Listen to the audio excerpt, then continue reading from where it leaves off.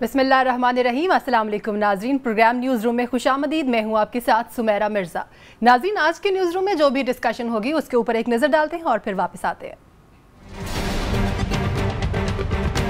Governor Sindh फट पड़े, कहते हैं मीडिया हर चीज का क्रेडिट राहील शरीफ को दे देता है। कराची ऑपरेशन की कामयाबी का क्रेडिट नवाज शरीफ को जाता है। इस्लामी इत्तेहाद, राहील शरीफ की तैनाती पाकिस्तानी रियासत का फैसला है। सऊदी इत्तेहाद में राहील शरीफ की तकर्री सूदमंद न हुई तो वापस बुला सकते हैं। पनामा केस का जो भी फैसला आएगा फौज समेत सबको कबूल होगा, DGISPR ने वाज़ेह कर दिया।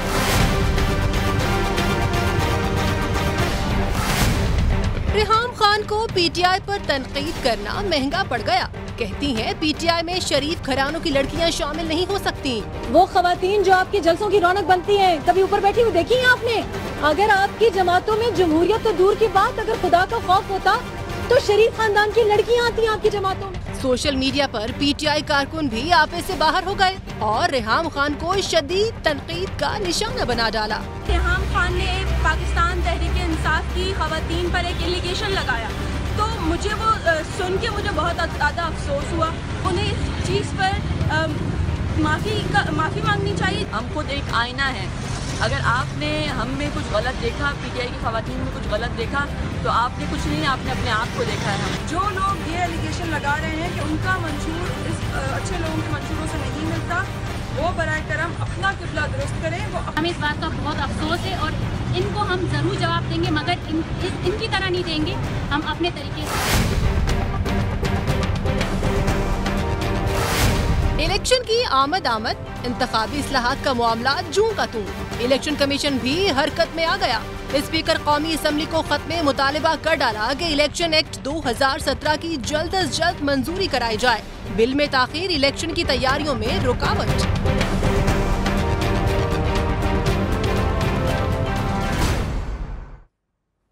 जी हाँ, इन तमाम पॉइंट्स पर डिस्कशन करेंगे। अपने पैनल का तारुफ करवाती चलूँ। लाहौर स्टूडियो से हमारे साथ मौजूद हैं रोज़ाना की तरह आरिफ निज़ामी साहब, और अगर इस्लामाबाद का रुख करें तो इस्लामाबाद में हमारे साथ मौजूद हैं इजहारुल हक साहब, और उनके साथ मौजूद हैं खावर घुमन साहब। अपने एनालिस्ट के साथ डिस्कशन करेंगे। सबसे पहले बात करेंगे गवर्नर सिंध मोहम्मद जुबैर की, जिन्होंने ये कहा है कि कराची ऑपरेशन की कामयाबी का 100% क्रेडिट नवाज शरीफ को जाता है, राहील शरीफ को नहीं है। निज़ामी साहब क्या कहेंगे? कुछ ज़्यादा ही नहीं बोल गए गवर्नर सिंध? ये बड़ा सिग्निफिकेंट बयान है।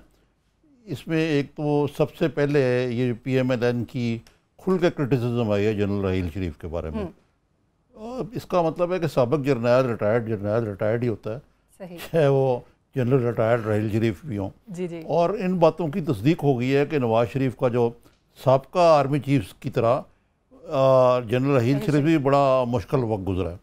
सही। अब रहा उनकी ये बात के 100% क्रेडिट जाता है। भाई ज़ुबैर साहब को अपना हक़ नमक अदा करते हुए थोड़ा सा ख्याल करना चाहिए कि थोड़ा सा क्रेडिट PPP की गवर्नमेंट को भी दे दें, थोड़ा सा रेंजर्स को भी दे दें, और अगर मुनासिब समझें तो राहील शरीफ को भी थोड़े से टुकड़े बांट दें क्रेडिट के। क्योंकि एक तरफ उन्होंने बड़ी दिलचस्प बात कही है, कहते जी ये इनको ख्वाब आया था जिस तरह अल्लामा इकबाल को पाकिस्तान, और मुझे लगा शायद वो ये ना कह दें कि पाकिस्तान का ख्वाब भी अल्लामा इकबाल को नहीं, मियाँ नवाज शरीफ को आया था। ये इस किस्म की जो बातें हैं ये मुझे नहीं समझ आती कि इनकी इस मरले पे ज़रूरत क्या आती है। लेकिन इसके on a serious note, general Raheel Sharif उन्होंने मीडिया को भी कहा कि जी मीडिया, ये बात किसी हद तक ठीक है कि जनरल राहील शरीफ अपनी मीडिया इमेज के बारे में बड़े कॉन्शियस थे। सही। और वो ऑप्टिक्स के माहिर थे। मसलन अगर मियाँ नवाज शरीफ लंदन गए हैं तो वो ट्रूप्स के साथ नमाज़ पढ़ रहे हैं ईद की, और इस किस्म के और कई वाक़यात हैं। हामिद मीर के ऊपर अटैक हुआ तो वो वहाँ गए। जब DGISI को उस वक्त एक्यूज़ किया गया तो वो अस्पताल देखते हैं मियाँ नवाज शरीफ, उनको चले गए। जनरल राहील शरीफ अपने DGISI के पास चले गए। तो इस तरीके से वो इमेज अपनी बिल्डिंग करते रहे, और ये प्राइम मिनिस्टर हाउस के स्पोक्समैन और उनके दरमियान एक इमेज बिल्डिंग की दौड़ लग गई। और जो लेफ्टिनेंट जनरल आसिम सिंह बाजो हैं, वो DGISPR, उसको एक जिस तरह कोर का दर्जा दे दिया गया। और DGISPR जो है ये पहले होते थे ISPR chairman joint chief of staff के नीचे। जनरल राहील शरीफ ने उसको अपने नीचे ले लिया। तो इसमें कोई शक नहीं है कि जनरल राहील शरीफ ने बड़े सटल तरीके से और बाज़ औक़ात बड़े भरपूर तरीके से अपनी लॉबिंग की, और एक्सटेंशन के मामले में भी वो इंतहाई सोफिस्टिकेटेड किस्म की उनकी कैंपेन थी कि वो कहते थे मैं तो उम्मीदवार ही नहीं हूँ, कोई कुछ कहना ही नहीं, लेकिन अंदर से जो प्रेशर था वो पूरा था किसी तरीके से एक्सटेंशन ली जाए। सही। इजहार साहब, 100% क्रेडिट गोज टू पीएम, ये परसेंटेज कुछ ज़्यादा नहीं हो गई? जी, मुझे एक वाक़या याद आ रहा है जब ख्रुश्चेव ने स्टालिन के खिलाफ मुहिम जारी की, शुरू की रूस में स्टालिन की बरतरफी के बाद, तो एक तकरीर में उन्होंने स्टालिन के धज्जियाँ उड़ा दी। तो एक चिट भेजी हाजरीन में से एक साहब ने कि आप उस वक्त क्यों नहीं बोले। तो ख्रुश्चेव ने पूछा कि ये किसने चिट लिखी है, तो कोई भी नहीं बोला। तो ख्रुश्चेव ने कहा कि मैं भी इसी तरह चुप रहता था। बात यह है कि ये हमारा एक कौमी किरदार है कि जो जाता है उसके पीछे हम टीन बांधते हैं और जो कुर्सी पर होता है उसको हम सलाम करते हैं। निजामी साहब ने बड़ी खूबसूरत बात कही है, हक़ नमक वाली। मेरा ख्याल है कि डॉक्टर ने ज़ुबैर साहब को नमक खाने से मना किया है, अदरवाइज अगर नमक का एहसास होता तो वो इस तरह की बात न करते, क्योंकि राहील शरीफ का भी तो नमक ये सब लोग खाते रहे हैं जब वो इक़्तिदार में था। सही। दूसरी बात निजामी साहब ने बड़ी अच्छी की कि इमेज बिल्डिंग में असल में वो बड़ा एक्टिव और एजाइल पर्सन था राहील शरीफ। जब नवाज शरीफ साहब लंदन में होते थे या अपने महल में आराम कर रहे होते थे तो वो ईद के दिन भी ट्रेंचेस में होता था, मोर्चों में होता था। तो वो फिर मेरा ख्याल है वो तो ये नहीं कहता होगा कि मेरी तस्वीर बनाए, लेकिन जहां वो जाता था तस्वीर तो बनती वो कहता था वैसे। तो ज़ुबैर साहब ने ये कह के अपनी कदर कीमत घटा दी है। सही, ठीक। घुमर साहब, क्या समझते हैं गवर्नर सिंह को इस वक्त इस बयान की क्या जरूरत पड़ गई आखिर?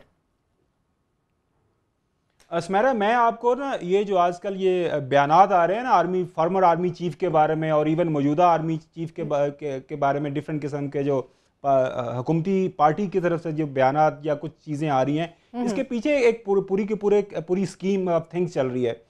वो ये चल रही है कि पाकिस्तान मुस्लिम लीग नून के अंदर ये खौफ अभी आजकल छाया हुआ है कि पनामा गेट के केस के नतीजे के तौर पर शायद हो सकता है उनको वापस घर न जाना पड़े। तो आजकल वो इस तरह का इंप्रेशन बिल्ड करने की कोशिश कर रहे हैं कि कल कलां को जब अगर हमें घर भिजवा दिया जाता है तो हम फिर लोगों के पास जाएंगे और लोगों को बताएंगे कि देखें हम एस्टैब्लिशमेंट के साथ, हम एस्टैब्लिशमेंट के खिलाफ बात करते थे, एक दफा फिर हमें घर भिजवा दिया गया है। देखें अभी बहुत जो शवाहिद पनामा केस के हवाले से सामने आए हैं उससे तो ऐसे लग रहा है कि प्राइम मिनिस्टर साहब का बचना बहुत मुश्किल है।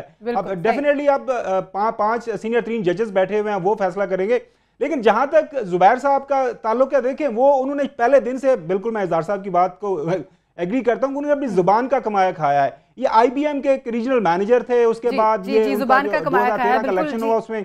जी निजामी साहब, अच्छा मैं थोड़ा सा बता दूं, ये इसका एक जो PMLN का जो मंशूर कमेटी थी उसका हिस्सा था। उसके बाद आपको पता है बोर्ड ऑफ इन्वेस्टमेंट के शुरू में चेयरमैन बने, वहां पे कुछ नहीं कर पाए। प्राइवेटाइजेशन कमीशन के चेयरमैन थे, वहां पे कुछ नहीं कर पाए। आजकल गवर्नर है, पता नहीं वहां पे कुछ कर पाएंगे या नहीं पाएंगे। ये सिर्फ बयानात की हद तक उन्होंने अपना इस्तेमाल भी तो बताना है। देखें हम कितने कारफरमाए आपके लिए। निजामी साहब शार्प कमेंट कर दें, फिर हमें ब्रेक की तरफ जाना है। हाँ जी, ये जो इन्होंने कहा है ना गवर्नर साहब ने, ये कोई नई बात नहीं है। सही। ये वज़रा जो हैं, मतलब ख्वाजा साद रफ़ीक कह चुके हैं हम कि लोहे के चने चिपवा देंगे, अगर फैसला आएगा तो अवाम का रद्द-ए-अमल होगा। राना सनाउल्लाह कह चुके हुए हैं। तो ये ज़ाहिर है कि ये एक प्रीएम्प्टिव मेजर है। लेकिन दिलचस्प बात यह है कि खुद ज़ुबैर साहब ने जहाँ अपने बयानात में ये भी जिक्र किया कि यार ये जल्दी करो, to be fair to him, कि जल्दी से अनाउंस करें, इससे मार्केटें भी मुतासर हो रही हैं, मुल्क का सारी नज़र लगी हुई है। तो चलें जो दुआ करते हैं कि ये फैसला जल्दी आ जाए। सही है। DGISPI major general Asif Ghafoor ने 2 बड़ी अहम बातें की हैं। एक तो साबिक आर्मी चीफ की नई तकर्रुरी के हवाले से, और दूसरा बयान पनामा को लेकर किया है। इस पर भी बात करेंगे, लेकिन इस ब्रेक के बाद कहीं मत जाएगा। Stay with us.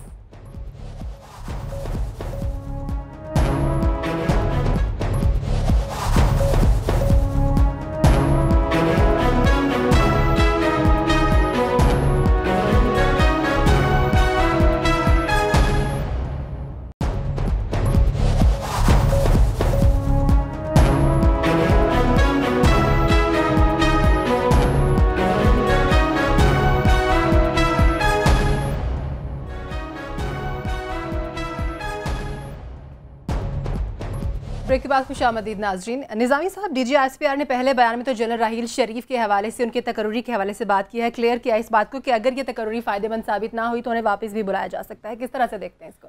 नहीं, मेरा ख्याल है इसमें ज़्यादा अहम बात जो उन्होंने कही है कि फ़ौजी इत्तेहाद जो है उसमें रहील शरीफ की तकर्री रियासत का फैसला है। बिल्कुल सही।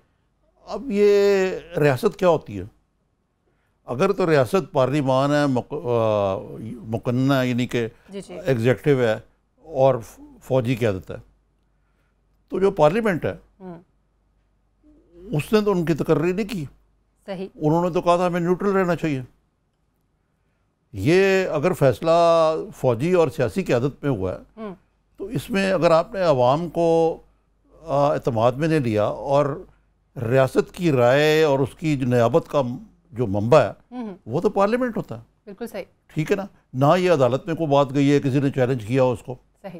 तो ये बात कुछ मेरी समझ से बाला तर रहा है कि ये क्यों इसको रियासत की ओनरशिप बनाया जा रहा है। और अगर ये कहा जा रहा है कि नाकाम हो गए तो वापस आ जाएंगे, वो तो बात ठीक है, लेकिन जब तक कोई डैमेज अगर हो जाता है हमें तो उसका कौन जिम्मेदार होगा।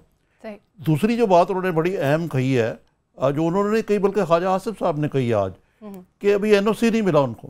बिल्कुल सही। ये क्या कोई कभी आप साफ छुपते भी नहीं, सामने आते भी नहीं, ये वाला मसला हुआ है कि भाई ये क्या हो क्या रहा है, क्या अभी फिर ये भी कहते हैं हम इसके TOR अभी तक नहीं पता हमें। बिल्कुल। अच्छा, एक और बात जो मेरा ख्याल है कि बड़ी अहम है DG ISPR ने की है और जिसमें हमने गुज़श्ता रोज़ अपने प्रोग्राम में बात भी की थी, वो कहते हैं मदरसा इस्लाहात जो हैं ये हो रही हैं ऑपरेशन रादुल वज़ात के तहत। जी। बड़ी अच्छी बात है, लेकिन ये काम जो है खाली फ़ौज का तो नहीं है, ये हमारी जो सिविलियन हुकूमत है, जो हुकूमतें हैं बल्कि सूबों की ख़ास तौर पे, वो इस बारे में क्या कर रही हैं।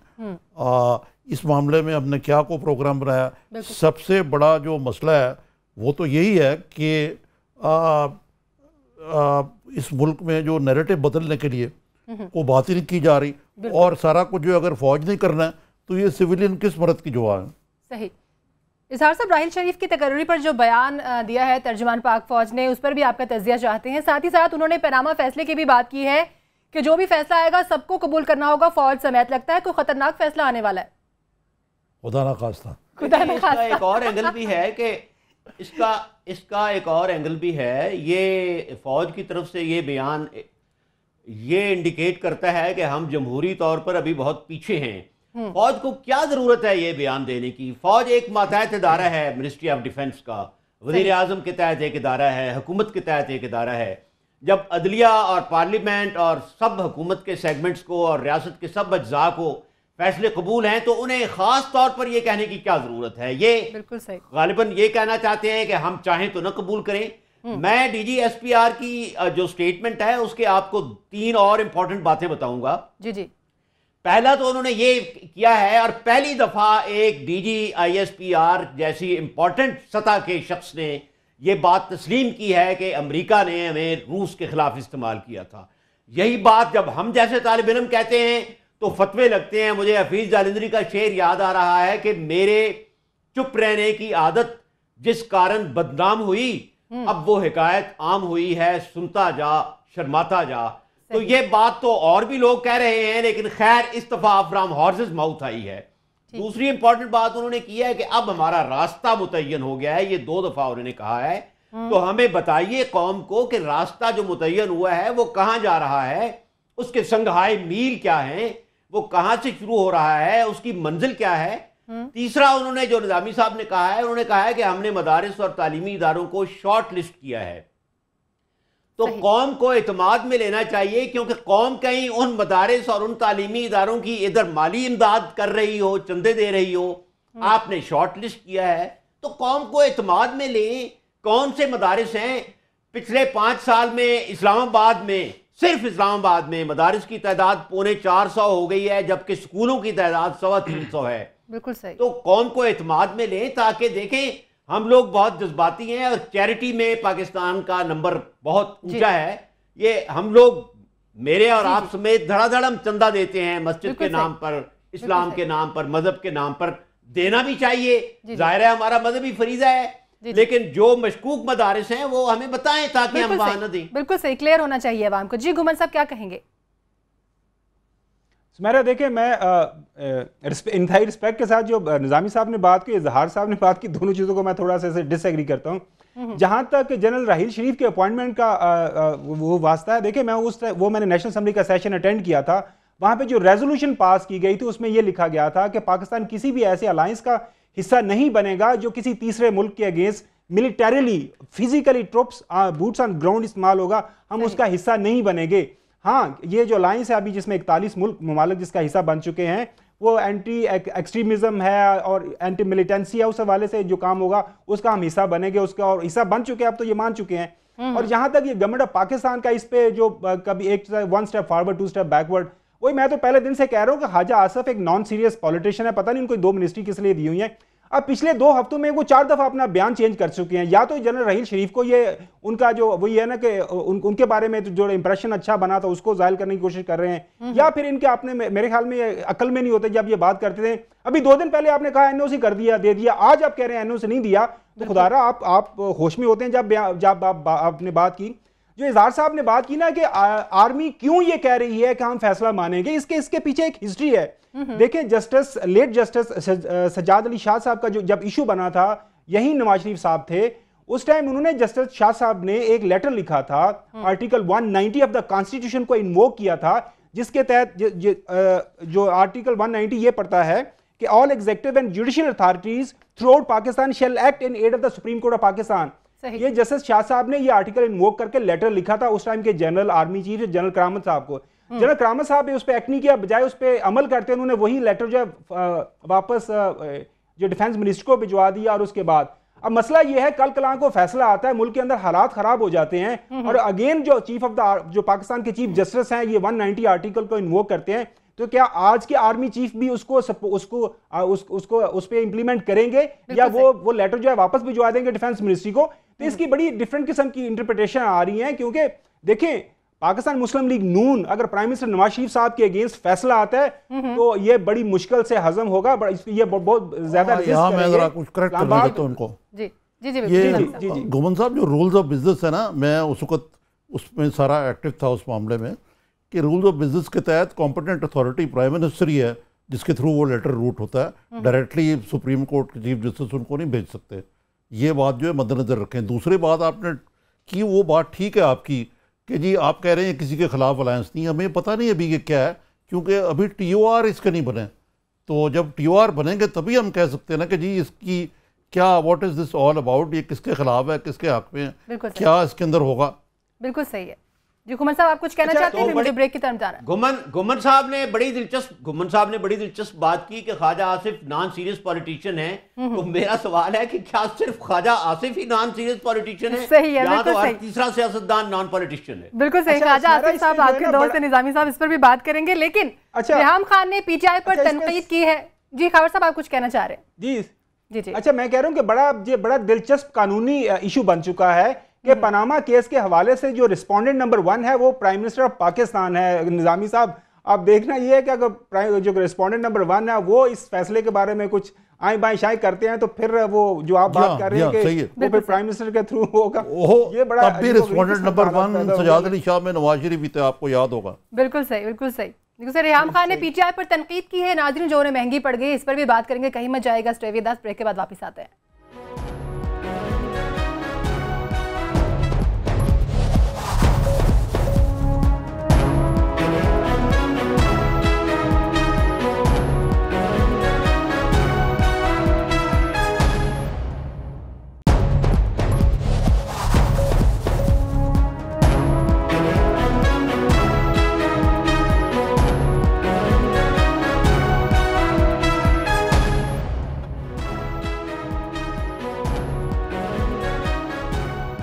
के बाद खुशामदीद नाजरीन। रेहाम खान ने PTI पर तनकीद की है जो उन्हें खासी महंगी पड़ी है। निजामी साहब, इमरान खान की दूसरी शादी, फिर उसकी डाइवोर्स, इसकी खबर ब्रेक करने का एजाज़ भी आपके पास है। ये क्या है रेहाम खान का, कोई पब्लिसिटी स्टंट है?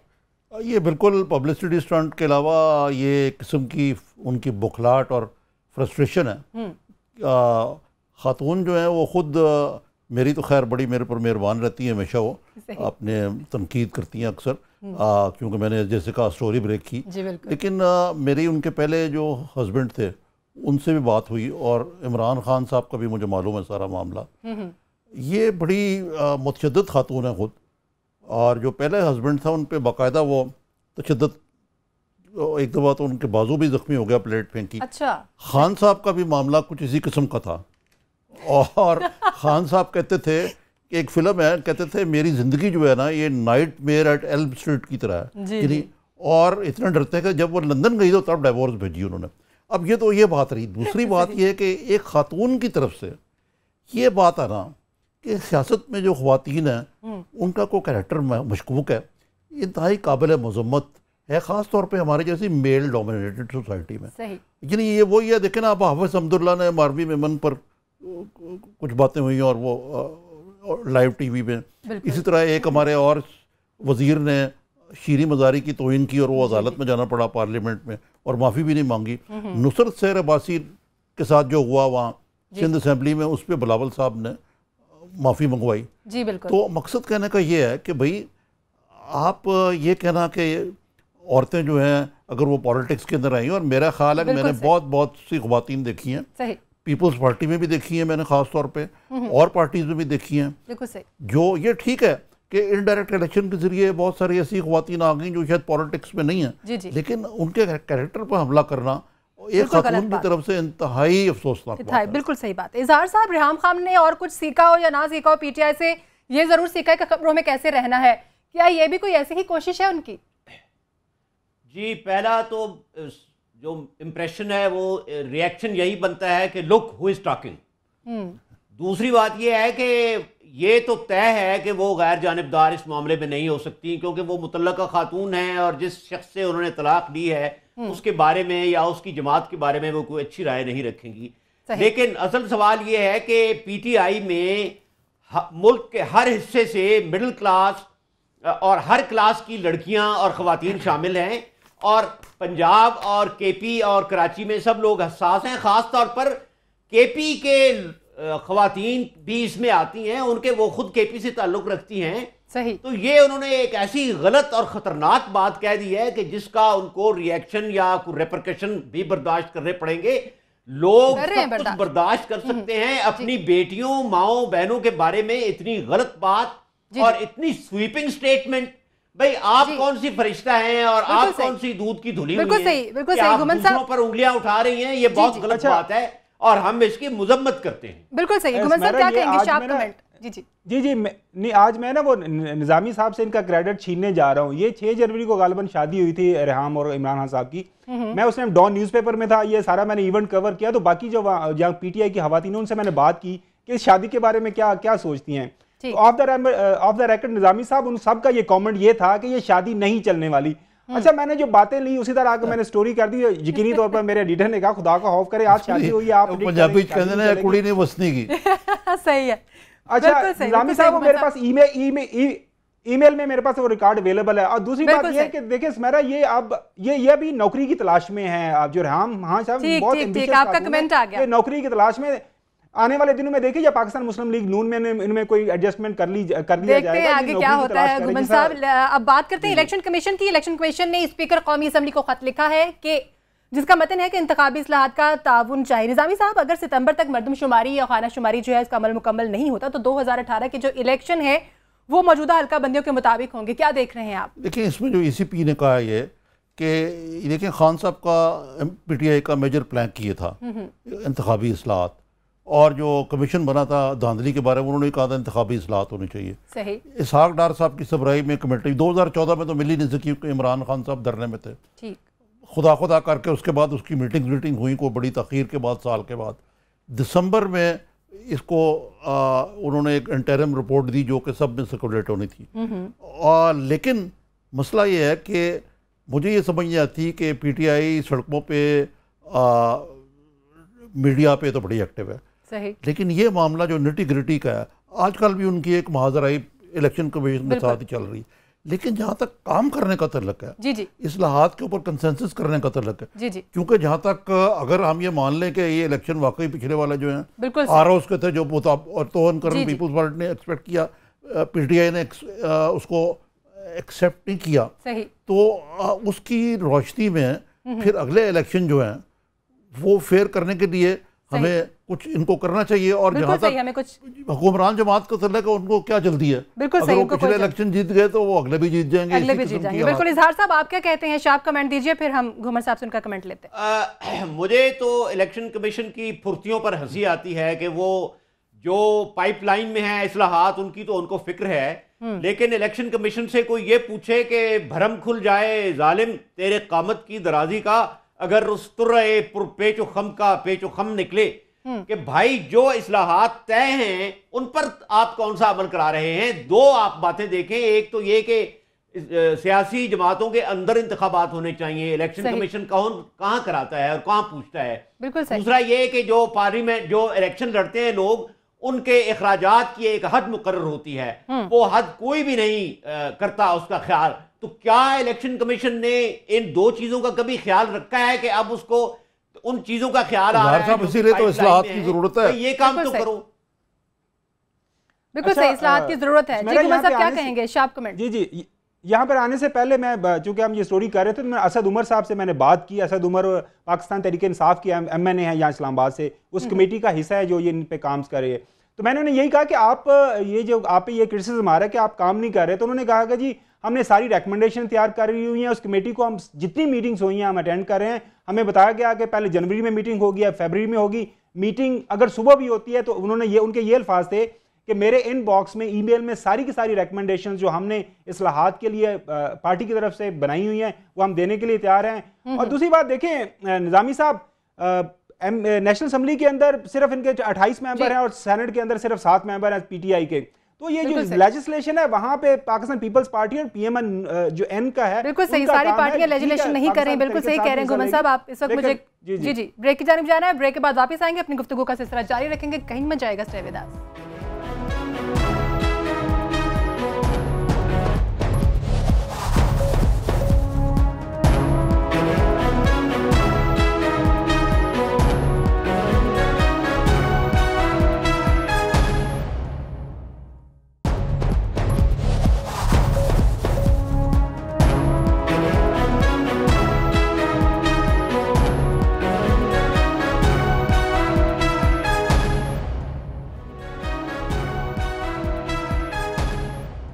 वेलकम बैक नाजरीन। IMF ने खतरे की घंटी बजा दी है कि रवां साल पाकिस्तान मुआशी अहदाफ हासिल नहीं कर पाएगा। निजामी साहब, IMF ने वार्निंग दे दी है, क्या वजूहात हैं इस मुमकिन फेलियर की? देखिए, एक तरफ तो हम ये बड़े फ़ख्र से कहते हैं IMF प्रोग्राम से बाहर निकला है, लेकिन दूसरी तरफ हमें उनसे रिव्यू मीटिंग्स करनी पड़ रही हैं। उसकी वजह ये कि आम तौर पर जो इक़्तिसादी माहिरीन उनका ख्याल है कि जो हालात हैं किसी न किसी मरले पे हमें वापस IMF के प्रोग्राम में जाना पड़ेगा स्टेबलाइजेशन के लिए। सही। अब आप देखिए, जो इकॉनमी में अजीब किस्म की एक्सक्यूज़ दिए जाते हैं। मसलन ये कहा जा रहा है कि तेल की कीमत कम होने की वजह से उस पर जो टैक्स है वो कम हो गए, ठीक, इसलिए जनाब वो रेवेन्यू शॉर्टफॉल हुआ है। अगर तेल की कीमत 150 पर बैरल हो बजाय आजकल जो अगर 50 के लगभग है, तो क्या उसका जो वो उसका जो इम्पैक्ट है वो कहाँ गया? वो उसका नहीं गिनते कि आपको इतनी बड़ी कुशन मिली है हुकूमत को। अब उस पोजीशन ये है कि हमारी रेमिटेंस स्टैगनेंट है, बरामदात हमारी नीचे चली गई हैं, जो दरामदात हैं वो बहुत बढ़ गई हैं, और डार साहब का कहना है कि इसलिए बढ़ गई हैं कि वो सारी की सारी ऐसी चीज़ों के वो उसके ज़रिए इन्वेस्टमेंट हो रही है, क्योंकि वो सारी इक्विपमेंट और मशीनरी वगैरह पे हैं। इसी तरीके से आपकी जो सर्कुलर डेट है वो बहुत बढ़ गई हुई है। अगर आप देखें सिर्फ जो इसमें जो सिल्वर लाइनिंग ये आप कह सकते हैं कि जी आपका जो ग्रोथ रेट है वो 5% इस साल एस्टिमेट किया गया, अगले साल वो अगले माली साल में 6% हुआ है। आपका जो बजट का डेफिसिट है जो IMF के अहदाफ से उससे तजावज़ कर गया, और उसकी वजह ये दी गई कि हमने जी तेल की कीमतें जब बढ़ी हैं थोड़ी सी, तो हमने जनाब वो बढ़ाई नहीं है, हमने लोगों को रिलीफ दिया है। इसकी तरह जो बाकी जो सनतों को पैकेजेस दिए हैं इम्पोर्ट एक्सपोर्ट बढ़ाने के लिए, जिस तरह टेक्सटाइल पैकेज दिया है, उसकी वजह से कोई डेफिसिट बढ़ा है। तो अगर आप ओवरऑल देखें दावे, तो ये सारे IMF की रिपोर्ट में यानी CPEC के अलावा और कोई इन्वेस्टमेंट नज़र नहीं आती फॉरेन, और ना ही कोई उम्मीद की किरण नज़र आती है। अब ये 4 साल हो गए इस हुकूमत को, दावे अपनी जगह के हम एशियन टाइगर बना देंगे, लेकिन जो ग्राउंड रियलिटीज है थोड़ी डिफरेंट है। 4 सालों में क्या किया? एशियन टाइगर बन गए। इजहार साहब क्या कहते हैं? देखिए, ये जो घर है इसको चिराग IMF और वर्ल्ड बैंक ही ने आग लगाई है। इस घर को इन चिरागों ने IMF ने कहा है कि जी तवानाई और बरामदात के शोबे में हम पीछे हैं, इस वजह से हमारे हालात ख़राब हैं। तो इस साल तो हम नहीं पीछे, पिछले साल की पहली तिमाही को जब मुआयना किया गया तो बरामदात पिछले साल उससे पिछले साल की निस्बत 14% कम थी। सही बात यह है कि दो मईशतें हैं पाकिस्तान में। एक मईशत जो है वो IMF और वजारत खजाना में है, वो सेक्रेटेरिएट में है। यहाँ कॉटन पॉलिसी वो लोग बनाते रहे हैं जिन्होंने कपास का पौधा नहीं देखा था।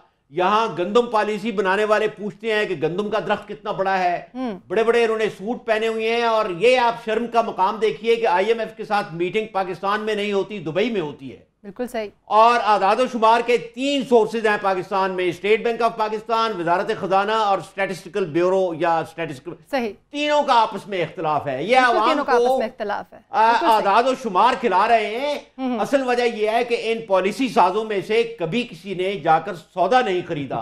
आपकी असल मईशत IMF के बरामदों में नहीं है बल्कि बाजारों में है और गलियों में है। ये आम लोगों को कुछ भी नहीं दे सकते। लेकिन इज़ार साहब बड़े बुनियादी स्ट्रक्चरल इश्यूज हैं जो बाजारों में नहीं हल हो सकते। We have to address those structural issues जो इकोनॉमीज के हैं, वो तो मौजूद है। तो आप तब करेंगे ना जब बढ़ गए आसमान पे बातें कर रहे हैं, वो बाजारों में तो नहीं। यही बात मैं गुमन साहब से भी करना चाहूंगी। गुमन साहब, आप भी कल यही बात कर रहे थे कि पाकिस्तान की इकोनॉमी जीरो है। IMF के माहिरीन का हमारे जमीनी हकायक से कोई ताल्लुक नहीं है। सही। अच्छा, हम उनकी पॉलिसी से कैसे उहदा हो सकते हैं? बिल्कुल सही। जब 2013 का इलेक्शन हुआ था तो पाकिस्तान मुस्लिम लीग नून ने कहा था कि हमसे ज्यादा बेहतर इकोनॉमी को कोई नहीं संभाल सकता। अब मैं जो देखता हूं कि क्या इस गवर्नमेंट ने कोई इस्लाहात की, कोई मीनिंगफुल इस्लाहात वो नहीं हुई। आपकी टैक्स रिफॉर्म्स नहीं हुई। FBR में आधे से ज्यादा लोग कोर्ट्स में गए हुए कि वहां पे आपने पिक एंड चूज की सारी वो अपनी जो प्रमोशंस की हुई हैं। आपका जो टैक्स कलेक्शन है वो नीचे गिर रहा है। आज की खबर ये है कि 100 बिलियन आप डेफिसिट में जा रहे हैं। वैसे अगर आम अल्फाज में लोगों को समझाना ना पाकिस्तान की इकोनॉमी क्या है। आपकी कमाई सिर्फ 8 रुपए है, 100 रुपए के खर्चे में से सिर्फ 8 रुपए आप कमा रहे हैं। आपके जो बाकी 92 रुपीज हैं वो कर्जों से ले रहे हैं और वो ये हर महीने जो है वो हर रोज कर्जे आपके बढ़ा रहे हैं। अब सिंपल सी बात है, जब आपकी कमाई सिर्फ 8 रुपए और 92 रुपए आपने कर्जों से लेने हैं तो यही हालात खराब हो गए। अब इसहाक डार साहब के जो क्या कहते हैं प्लस माइनस हम सुनते रहते हैं हर महीने के, जी ये हो गया वो हो गया। बाहर अखबारात में इश्तारात भी छप जाते हैं कि पाकिस्तान की इकोनॉमी 2030 तक वो मेरे ख्याल कनाडा से भी आगे चली जाएगी।